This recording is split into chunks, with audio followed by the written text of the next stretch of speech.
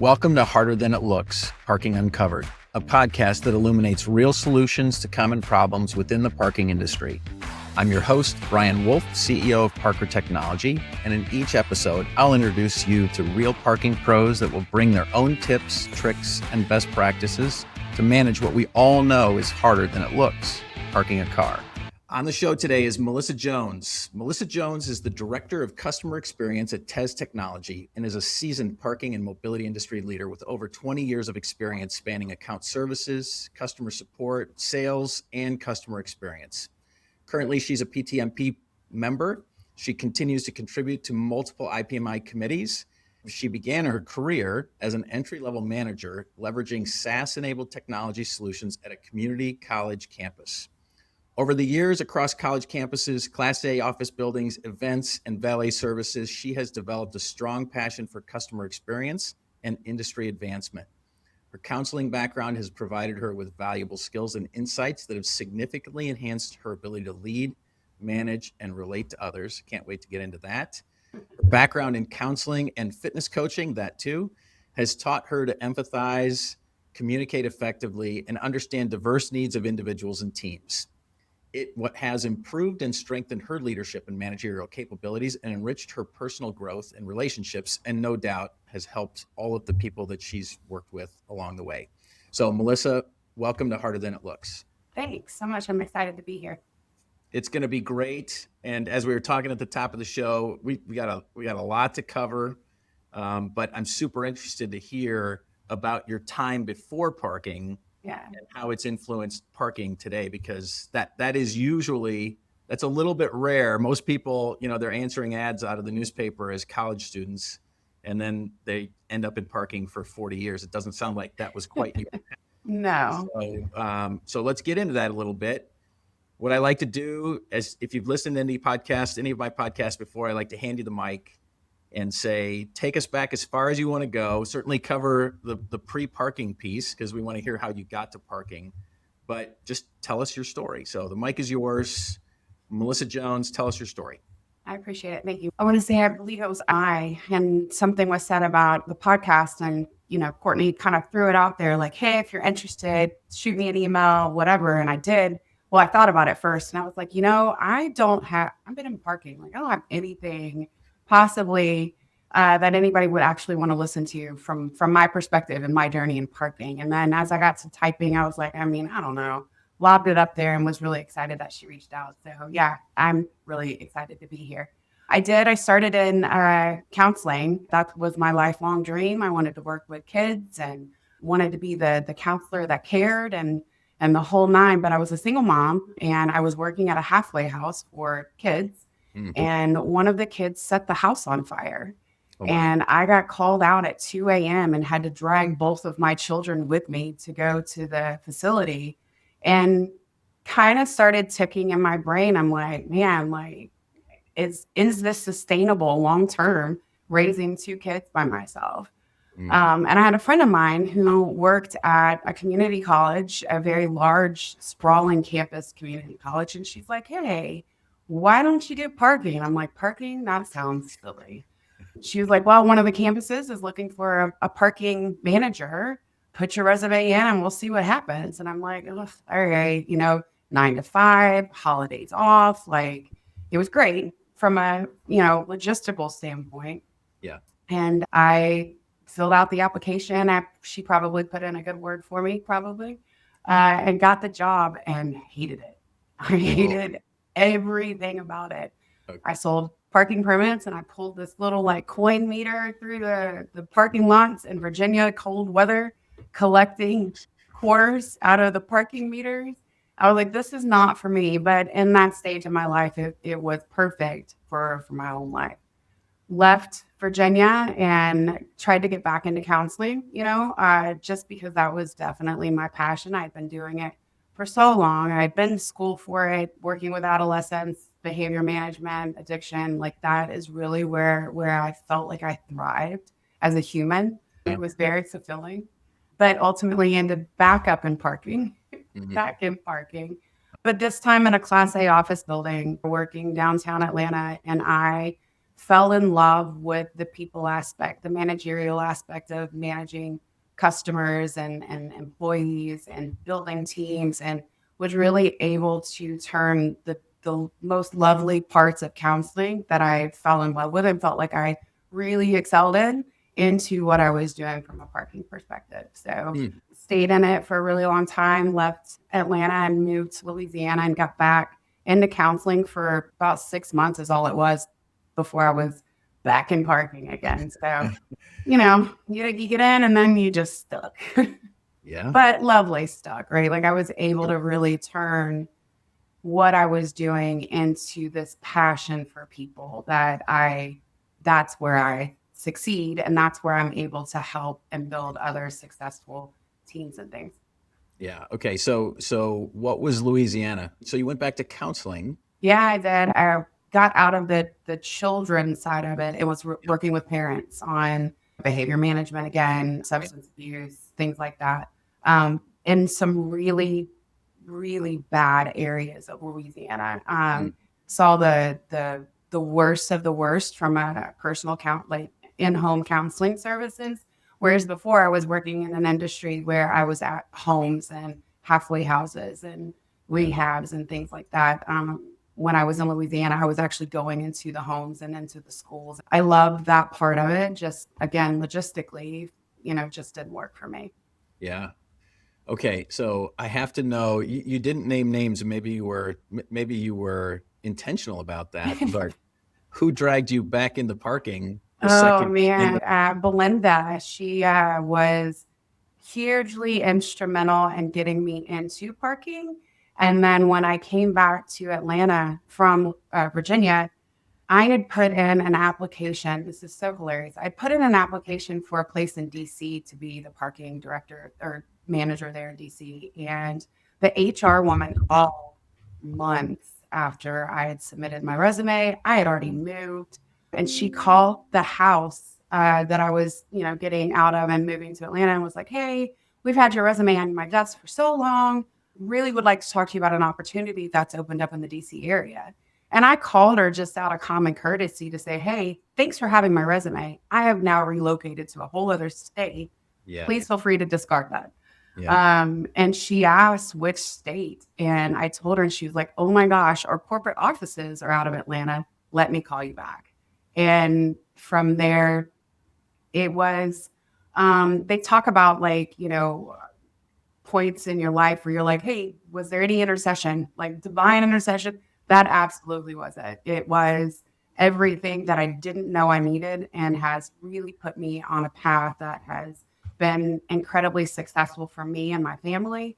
And I hope that I've been able to share some of that success with the people that I've worked with along the way. Yeah. That's great. What's fun to hear. So first of all, once you're in parking, you can never Yeah, leave. you stuck. But part of the reason I'm sure your resume stuck out is because you had parking experience. Oh yeah. I talk about this all the time. If you're 1 degree separated from parking, you have no idea what goes on in parking. And so then to get someone with some parking experience Yeah, is really super valuable because you know what you're getting yourself into exactly. and you know what it takes to be successful in parking. Yeah. Uh, Okay, so you've been in parking. So you went from Atlanta to Louisiana, and then you got drawn back into parking in Louisiana, or did you have to move again? I got drawn back into it in Louisiana. So I was in Virginia originally, started in Yep. parking, came back to Atlanta, continued in parking, left Atlanta to Louisiana, took a brief stint, 6 months, like I said, back into the counseling realm, and then got back into parking in Louisiana. Okay. And ultimately extended, I was able to work with the company that I was in Louisiana with when I moved back to Atlanta the final time. Okay. And then how did you get to T2? Because that's is the stop that sort of led to TEZ too, right? Yeah, for sure. Yeah. I mean, So I was working in operations again. And if you know anything about Louisiana, they have this really big holiday in New Orleans called Mardi Gras. yeah. And I was working up until Mardi Gras season and was just like, holy night. Like there's a lot that goes on. And I don't know that I have the operational mental fortitude to do Mardi Gras in Louisiana and parking. I mean, it was just crazy. Yeah. But there was an implementation that was happening in downtown and the quarter with a provider, Parking Soft. And I was talking with people at Parking Soft. I'm like, to be on the vendor side. I'd never been on the vendor side before. Right. Yep. And they had an opening for a training department, a training person. And I was like, oh my God, me. And ultimately was hired there. And then T2 bought Parking Soft. Oh, right. And when they purchased Parking Soft in 2017, I think, I was part of the crew they held on to. And then, I was with T2 for, I don't know, 10 years. I mean, it was a long time. Loved everything about it. And it was really interesting to see, like I went from Parking Soft, and then it wasn't even a year that I was at Parking Soft that we were acquired by T2. So that's how I got there. Yeah. Okay. And then you got dragged along. Now you're at TEZ. I am at TEZ now, yes. Where Mike and Maggie and they're trying to put the band back together. Yeah, right. We play really good music together. We can't help it. I believe it. Yeah. It's lovely. Good. So what do you do now for TEZ? So I am over the implementation and support team. So director of customer experience, very similar to what I was doing at T2. I work with support team doing implementations and just really readying our customers to be successful in adopting our software. And then ultimately that back end support, once they're on board and excited with the product, we make sure we continue that excitement through. Yeah, all the way through. Okay. Yeah. So now I'm gonna attempt to go back and weave the two careers together, because you went to counseling a couple of times, went back to parking, and then in your backgrounder you talked about how your counseling experience and fitness coaching. So we haven't talked about fitness coaching yet, but how your fitness coaching background has sort of set you up to be successful even where you are now. Make it obvious to us. What are the elements of your counseling and your fitness coaching background that make you uniquely successful in the role that you're in today? Yeah, I think if I had to draw on one particular aspect, it would be the differences in people, especially when you're dealing with the counseling. Most of the time you're dealing with people in crisis, and whether it's a huge life-changing crisis or it's just a minor inconvenience in the day, it's still a very big crisis for them. And sometimes they just need someone to listen to them so that they can work through the pieces themselves. Sometimes they need someone to help them with the tools to be able to work through the pieces themselves. And I think that lends really well to the support and the implementation aspect of what I do today, just because if you've ever been in a drive lane and your ticket gets stuck, you are in, whether you think it's a life-changing crisis or a mini crisis, when you get on the phone with that support representative, it's a big deal to you. And so I think that being able to just conflict manage, I think has been hugely helpful, along with building team of different personalities and perspectives to make a successful team. I really believe that you have something to give that I don't have, and I have something to give that someone else doesn't have. And when you put that together in an empathetic environment, the growth is beautiful, and you can make something truly, truly magnificent, as long as you understand that Brian's bringing to the table something that Melissa either doesn't do or doesn't do well, and I am open to what it is that Brian's bringing. So I think from a counseling perspective, that's helped. I think also with the fitness, the coaching that I do is, you bring people in that are scared and they're unsure. They don't believe they can do it. And I don't like the word cheerleader, but I'm the person that says, I will believe in you until you can believe in yourself. And at that point, then you take off and you get all the glory. So I think that both of those things help lend to team development as well as customer experience throughout. Yeah, totally see it. I love that. Sort of picking seeing the positives and trying to find a way to minimize the negatives. So I think about somebody who might be strong technically on your team, but low EQ. Like how do you sort of turn the lights on or on that front? Yeah, you have to make it relevant to them. I do have some team members that are on my team that are incredibly technically sophisticated, and they start talking to me and I'm like, whoa. Like, I'm sorry, did we turn it off and turn it back on? Because that's about where I'm at. But you have to make it relevant to them. I think that's across all of it, right? So for me, someone coming to me and incredibly technical, you've got to make it make sense to me. So if that means we have to talk about, rainbows and unicorns to get me to understand it, okay, let's do that. So meeting people where they are, 1000% is, and I think everybody understands that if you're good at what you do, you've got to meet everybody where they are and then make it relevant to them. Yep. And then the part about the fitness coach being their biggest fan. Yeah. Somebody starts green in parking and it's hard and they don't really know what they're doing.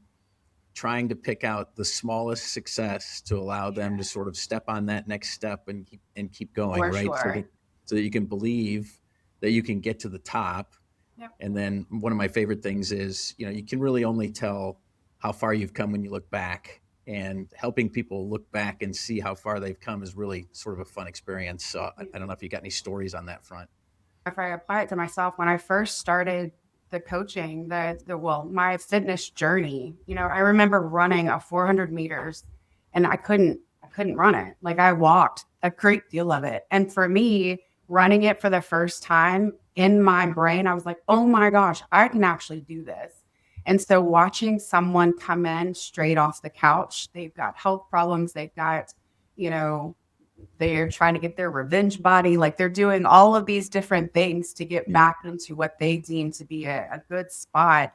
And, seeing them pick up a barbell and try to do very minimal weight, and then seeing them 6 months later and they're like throwing crazy weights up on the board.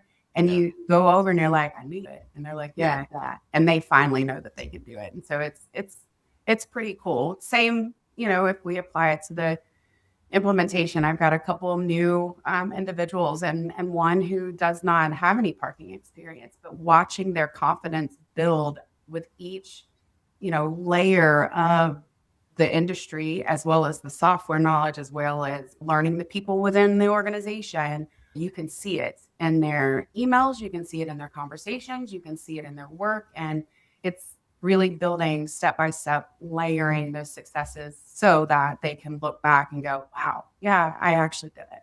Yeah, you did it. Okay. So you've probably worked with several different teams. And as you said, everyone's different.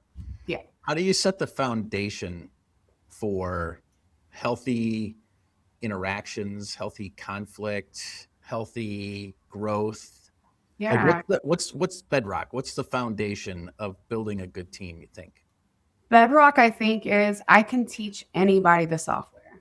I can teach anybody the job. What I can't teach you is to be flexible and empathetic and open to learning. And so as long as you come to the forefront that way, forget the rest of it. We can teach you that. I need you to be open. I need you to be understanding and have some grace with your team members because they're learning you just like you're learning them. But then also allow yourself the same grace. If you screw up, that means you're going to learn. And I think that is bedrock for me. I can teach you everything you need to know about, maybe not everything. I know all the people that can teach you everything you need to know about parking, about the software, about the back end. What I can't teach you is to be open and empathetic and allow people to have grace and give yourself the same amount of grace. Yeah, I love it. Grace, showing grace. So you obviously extended grace, but you also strike me as somebody who's probably got a pretty high standard, which probably then leads to some conflict every once in a while, Sure. or when you've got to reset the expectations around how we're going to deliver customer experience or the implementation itself. So take me through how you create healthy conflict without creating ill will. Yeah, I think it goes back to being able to make it relevant to the individual that you're talking to. And just very basically, how do you want to be treated? How do you want your mom to be treated? How do you want your daughter to be treated or your dad to be treated? Like, some people are like, I don't like my brother. I don't care how he's treated. So you've got to make sure that how do you want your animal to be treated? And make it relevant. Interesting. Okay, so you've been on both sides. You've been on the customer side, or you've been on the parking operations side, and then you've been on the vendor side. I'll put you on the spot. Which one do you? Which do I prefer? I don't think I have a preference. And I know that that sounds like a really easy, cheap way to get out of it. But I think dealing with the customers on both sides Yeah. is equally as exciting. I think we don't, as a vendor, oftentimes allow ourselves to remember how it feels on the operations side. And I think that it's sometimes you don't remember being screamed at or it not working or something going wrong or your property manager wanting to understand what you brought to them. And I think making sure on the vendor side that we remember that. But dealing with the people on both sides, like that to me is the best. I love going to an implementation site and being able to be in the drive lane. It kind of makes me feel like, oh, I'm back at it again. Yeah. But I love them both. I the customers, the people, the teams, all of it. I love them both. Yeah. Okay. And so I don't know if it was in your background or maybe we were just putting something together around questions, but we had a couple of questions around how you build trust quickly.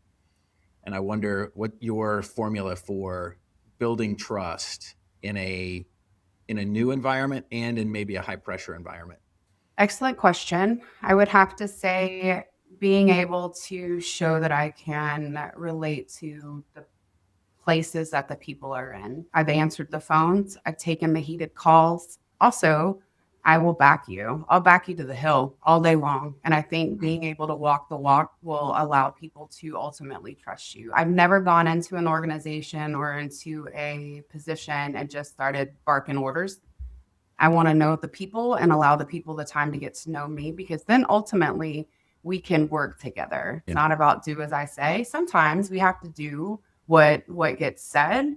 But as long as they know that it's coming from a place of love and understanding, I'm all about the emotions. I want to talk about the emotions and, the techie people, most of them don't want to. I want them to feel like they can rely on me in a pinch and that I'm not going to throw them to the wolves when this stuff goes bad. Because ultimately, if stuff goes sideways, I own that, right? Like my team is doing what they do, and I own that because as their leader, they're getting direction from me. And if it goes sideways, I must have either not prepared them properly, given them the proper tools. I did something in my leadership that it ultimately went sideways. Yeah. Okay. So if I could sort of summarize, you want to make sure you understand people emotionally so that you Sure. can sort of understand what makes them tick. Yes, As a leader, you're gonna lead by example. So you're gonna be up to your elbows in work or dirt under your fingernails. absolutely. You're gonna back them up. You're gonna have their back, which is always good. Anything else? What would people say about Melissa Jones when they were talking about you as their boss or as Oh, the wow. leader? That's an excellent question. I believe that people believe that I'm going to get down in the dirt with them. Mm, We're going to do this together. If there's a problem, we're going to work together to solve it. I think probably that, right? Like I'm in it with them. It doesn't matter what's going on. I'm in it with them. They're never going to be alone and trying to figure out things. That's work, personal. I'm right there. And I think that probably is the biggest thing. I'm right there. You can't get rid of me. yeah, no, I love that. I can see also there's energy, there's positive energy. We've all had bosses that were Oh, grumps, right? yeah. It's hard to work for a grump. I guess you can, Mhm. but it's hard to work for a grump or somebody who's always finding the negative. I can see you've got lots of positive energy. Like obviously you care. There's lots of humility. You're like, I don't know everything, but I can find the person that knows everything or knows Yeah. what you need to know. Ultimately, parking people are gritty people, and the best managers or the best leaders I've found are the ones that are on the ground with their people, without a doubt. Agreed. Yeah, Right? agreed. Luckily, in the past, I don't know, 10 years, everyone that I have worked with in a leadership role has been incredible. Maggie, Mike from T2 and TEZ and others that I've been able to work alongside with, they've been awesome. And there's a part of them, all of them, that I want to put away in my tool bag, right? Like I want to be Yeah. parts of what they are. I've had those managers where it's like, you can't do anything right. I don't Mm. care what it is. There's not a positive bone in their body. And I work really, really hard on making sure that I maintain the same level of positivity that I want my teams to show to our customers, right? I want for them to be positive and open and not stick in the mud. Like, we spend a lot of time at work, and if you're not having a good time, what the heck are you doing? Right. Yeah. Well, And parking amazing. yeah, parking people are amazing. And you have to have fun if they want to stay. I Yeah. mean, it's Yeah. hard work, but there has to be some fun involved for Yeah. sure. I agree. Definitely agree with that. All right. What are you working on now for yourself? What is the thing The that gets you to thing, the next level? probably mastering being able to put my thoughts together. It's a very basic thing, I think, but I don't spend a lot of time. I try to spend a lot of time with the people that I am ultimately leading, and not a lot of time doing stuff like this. Yeah. And just because, we've got work to do. So probably just fine tuning and polishing, being able to be the ultimate leader that I want my team to have, building leaders within my team. And in order to build the leaders in my team, I need to be able to have them emulate those pieces of my leadership that they want. I want to be the best leader that I can be so that they can also become the best leaders that they can be. Yeah. Okay. That's good. I like it. Continuous improvement for sure. Okay. So now you've been in parking for 20 years. I've been in parking for 10, which now I think I finally earned the moniker that I've been in parking long You've enough. been in parking for a while. Yeah. Yeah. I mean, when you're in 2 or 3 years, that doesn't count. I mean, I feel like it depends on where you are. If you've been in 2 or 3 years, sometimes it can feel like a freaking lifetime. Yeah. Well, that is for sure. Yeah. But I'm curious, like if you were to map like the pace of change, or if you were to think about the pace of change 20 years ago versus the pace of change today, Yeah. like what comes to mind? What's the first thing that comes to mind when you think about how things are changing? I started out saying I was pulling this metal cart through the surface lots, collecting coin. Like even those things, like if you didn't have to do that, I feel like that should be part of every parking person's path. You need to pull a coin canister, and counting money in the back room. Like the software, the technology is just, by and large, we have grown so much more from a technology standpoint than all of the other industries that my friends are in. It's just, it changes every single day. And then you throw in new things like AI and, all of that. It's insanity. It's almost it's a whole different organization than what it was when I first started writing tickets on a big old handheld and pulling that coin canister. I'm traumatized by that coin canister. If you can't You tell, are obviously traumatized. Yes, in the snow and heels, like it was the worst. But yeah, I think the technology, the expectations from a customer service perspective have changed tremendously. There are still some places that look at parking as the dirty word, but bigger organizations, they look at it as this concierge of, a great customer experience. Like it's no longer deal with it and hang up the phone or getting into arguments with individuals over a parking. Like it's not that anymore. It is Class A service, white gloved all the way around. And I think that probably, along with the technology, I mean, I think we could talk technology all day long, but just the customer experience expectation has grown way over what it was when I was there, when I first started. I have a perspective on that because that's sort of what we do.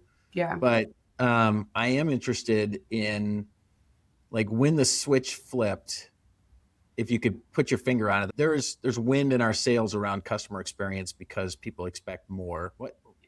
When did it change? Why did it change?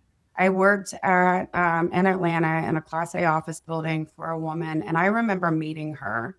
She was the property manager, and I remember meeting her, and she shook my hand, and I thought she was going to break my dang hand. I'm like, calm down, lady. Like, I get it. You're the boss. Yeah. Working with her, I remember leaving that office building and looking at my GM going, she hates me. This is never going to work, ever. Mm-hmm. And she was the first strong woman leader that I had come up against. and up against, because that was what my expectation was. Like it was not a team. She and I was against her because she hated me. Like she was not a fan.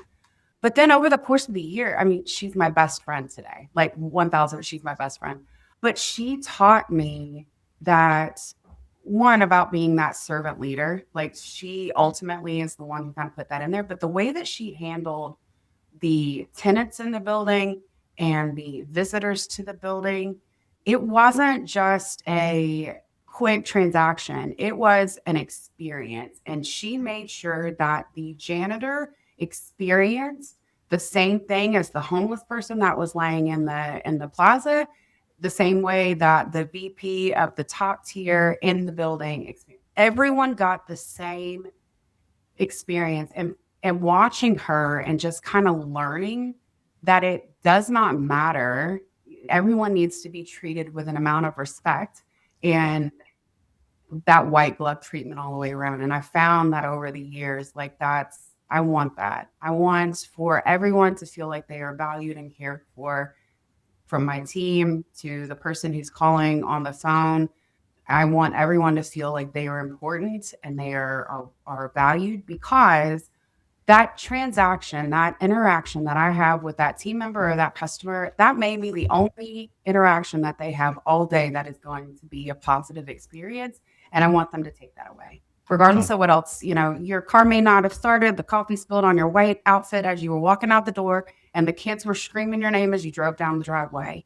If you talk to me, I want you to be able to at least say, man, that was okay. Yeah, that's great. Okay, so we all have, or at least I have a couple stories about people that I thought hated me at first, and they probably did, but then I showed up over and over again, Yeah. and it turned into a great relationship. Yeah. I do think the elements of perseverance, and then again, I think it says a little bit about you. You're like, okay, so she's not going to get the best of me. I'm gonna rise to the occasion. Like Yeah. that comes through loud and clear. People that get challenged either shrink or they rise to the occasion. Yeah. And you did that. So now this woman is your best friend. Yep. It sounds like she turned out to be a great role model.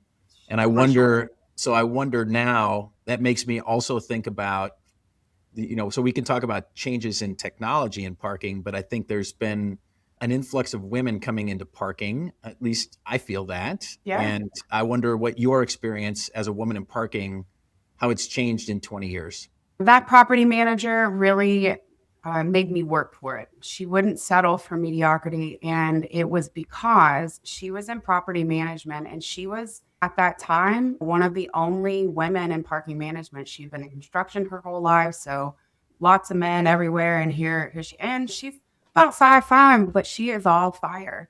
And that she helped to teach me that. I had a couple women leaders that weren't strong. It felt like they did the whole, I can't let you rise because if you rise, then I'm out, Yeah. Yeah. And I use that to learn that if I rise because of you, then that means somebody else can rise because of me. But ultimately, if I rise because of you, like you did a great job. So I've been very, very fortunate. I've been in some situations where it's that quintessential, I'm the man and I'm going to do it. And you're going to listen to me, little lady. But thankfully I don't like being told no, and I don't like being told what to do. I think it's just being able to show that I am just as knowledgeable and as valuable as anybody else in the room. And at the end of the day, man, woman, whomever, you've got to be able to walk the walk and talk the talk. And I don't think it has. I think with the women in the industry now, we are strong. We are strong because we know what we're doing. It has nothing to do with the turn and all of the world. We're good because we're good. We are great because we are great and we choose to be. And I think the strong women leaders within the parking and transportation organizations, those of us that are strong and know that, we're building strong and knowledgeable teammates that include a lot more women than what they used to. Yeah, I love that. For me, one of the things I love when I talk to strong women leaders is they don't make excuses.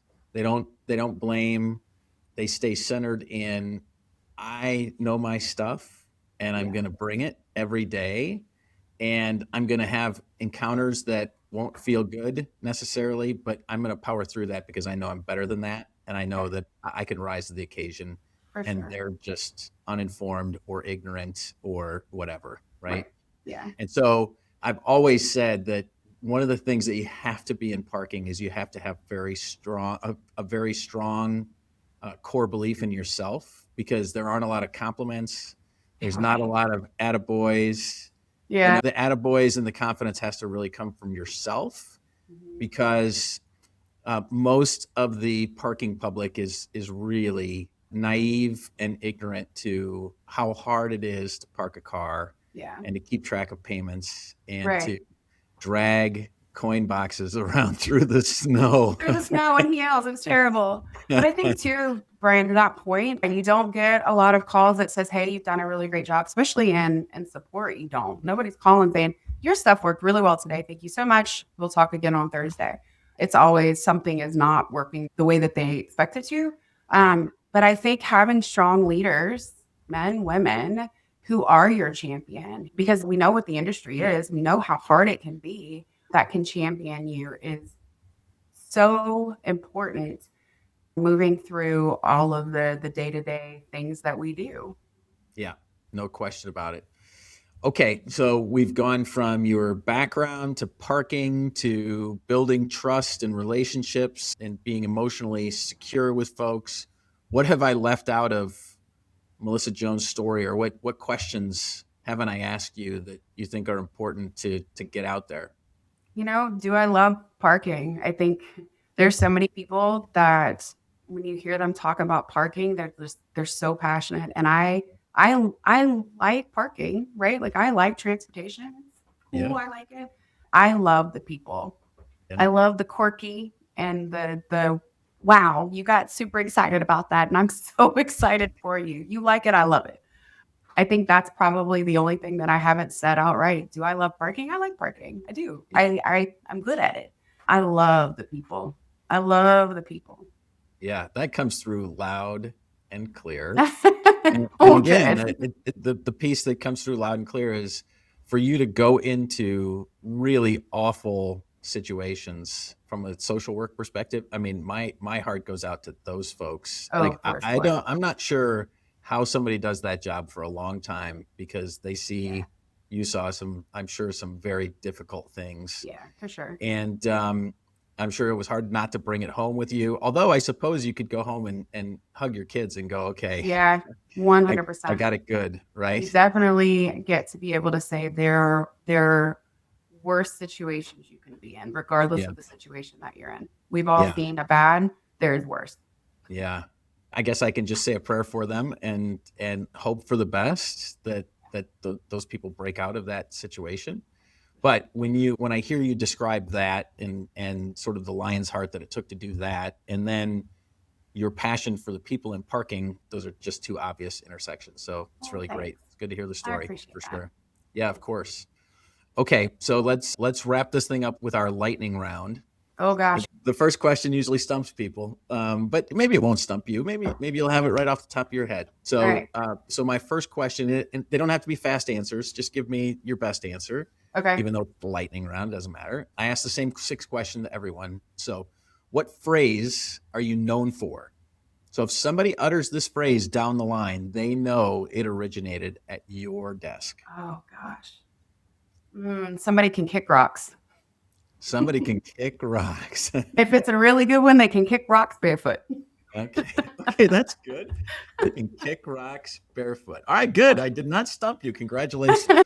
Okay, so the next question is, what's the hardest thing you've ever done in your life? The hardest thing I've ever done in my life. And I would have to say it was survival, raising two amazing humans who I am proud to say are out in the world. You all get to deal with them on a day-to-day basis, and they're not jerks. Ah, that's fantastic. Well, give them a shout out. So tell us about your Oh, kids. my son is 31. He works at Amazon in Seattle. He was in the Air Force for 6 years. He graduated from the Defensive Language Institute. Real cool guy, loves Mm, people, has got the heart of, I don't know, he's just a really good dude. And then my yeah. daughter, she's 29. She lives here in Georgia, about 20 minutes away from me, owns her own home, is a project manager. She's living her best life. She is just a really great human also. Yeah, that's So, great. yeah, they're really, Congratulations. yeah, Congratulations. You'll be I so survived. proud They survived. and thrived probably. Yeah, for They sure. saw a strong mom Yeah, raising I think so. them Thanks. and persevering. That's awesome. Okay, so then what's the hardest thing about your parking job? The hardest thing about my parking job is probably working with individuals that don't understand that it's hard sometimes. Sometimes you get to a point in your career where you forget what it looks like on the front line. And I Mm, think it goes to and I'm not just talking about within my organization. I'm talking about with other organizations. You get to a particular point in your career that maybe you forget that it's hard sometimes, and aren't open to allowing it to be hard. Not without correction, right? Like, because we can't do a crap job, but it's hard, and forgetting that we're all people who have our own lives that do things, and sometimes the coffee does spill on your white outfit and it makes for a really crappy day. yeah, indeed. Okay, so if you could wave your magic wand and fix anything in parking, what would it be?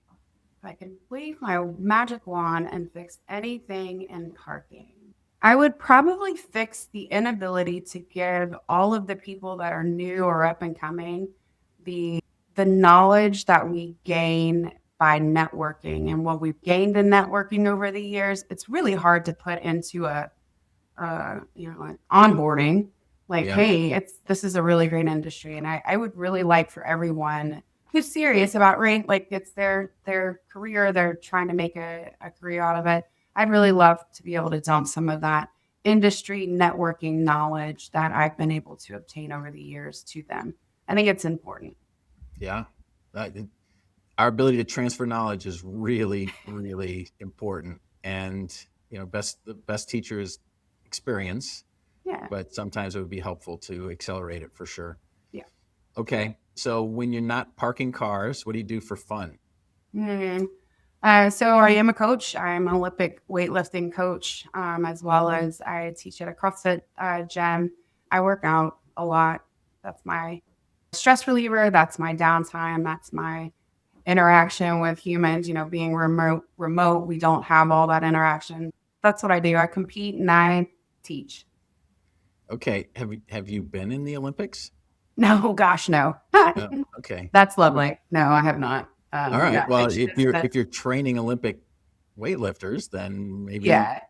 had some experience there. No, no, no. It's just the name of the lifts that they're doing are the Olympic Uh, lifts. So yeah.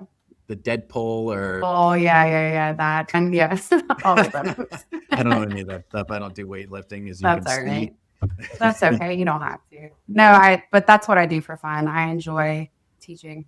I enjoy being around people doing Yep. hard things, suffering together. Yeah, I love that. That's funny. Okay, again, that shows us a little bit more about Melissa Jones. I appreciate that. Okay, so then the last question is, and you've already said your kids, so you can have another one. Okay. The question is, what are you most proud of? What am I most proud of? Obviously, you're proud of both of your kids. Yeah, for They're sure. good human beings. I am most proud of being able to persevere. Mm, We've all had hard things in our life. I've had some hard things in my life, but I've not let them define the individual that I want to be to the world. So I'm really, really proud of my perseverance, my inability to not quit. yeah, You can try, yeah, but I will always stand back up. yeah. That's awesome. Congratulations. I Thanks. can sense that it comes through loud and clear. So Thanks. that's really good. All right, this has been fun, right? An Thank hour you. flew by, and you had some great insights, which we knew you would. Well, It's going to be a good one for sure. this was really great. So if I need to talk to anybody and tell them, you should definitely do it. I was nervous and you made it very lovely. I've got a couple of people that you could talk to that You feel let me like they're know and I not will ready to call come them on up. the podcast, and I'm telling you. So, all right. Well, listen, we got through your social, your background. We got through the coaching. We finally got to the deadlifting and all of that. It's been a successful morning already. Absolutely. We hear absolutely why. I'm sure people love to work for you because of your compassion and your passion for them and their success. And then, of course, we got living proof. You got raised great kids. So congratulations for that. Thanks. So I look forward to seeing you probably at the next show. And, For sure. And then there's nothing left for us to do but to keep going. Yep. Let me know if you need anything. Thank you so much for having me. I really appreciate it. That's a wrap on this episode of Harder Than It Looks, Parking Uncovered, presented by Parker Technology. Please leave us a review if you liked what you heard. Make sure you tune in next month as we continue to uncover tips, tricks, and best practices to manage what we all know is harder than it looks, parking a car. Bye for now.